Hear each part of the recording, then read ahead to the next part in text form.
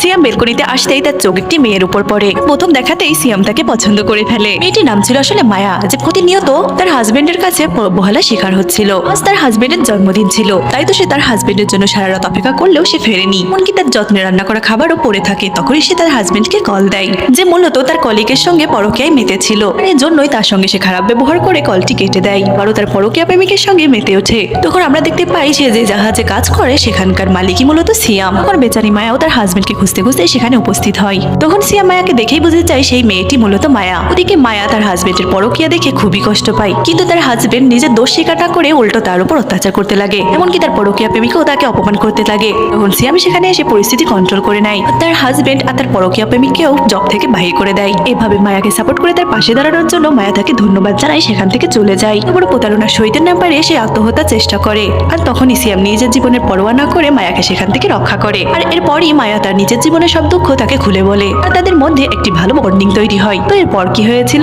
সিয়াম কি বলতে পেরেছিল তার ভালোবাসার কথা? যা জানতে হলে লাইক আর সাবস্ক্রাইব তো করতেই হবে।